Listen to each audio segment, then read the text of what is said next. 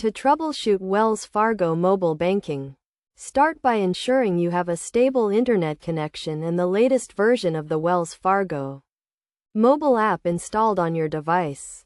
If you are experiencing issues, try restarting your device and reopening the app to see if the problem resolves itself. Next, check your account status to ensure it is active and not locked out due to security measures.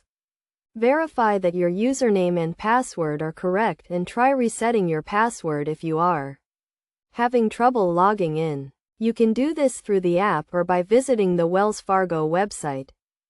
If you are having trouble with a specific feature, such as mobile deposit or transfer, check the Wells Fargo website for any known issues or maintenance notifications.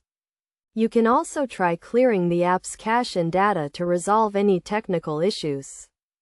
For more complex issues, contact Wells Fargo customer support directly. You can do this through the app, by phone, or by visiting a local branch.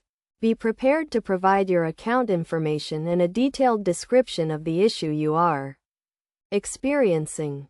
To prevent future issues, keep your device and app up to date. Use strong and unique passwords, and enable two-factor authentication to add an extra layer of security. Regularly monitor your account activity and report any suspicious transactions to Wells Fargo immediately.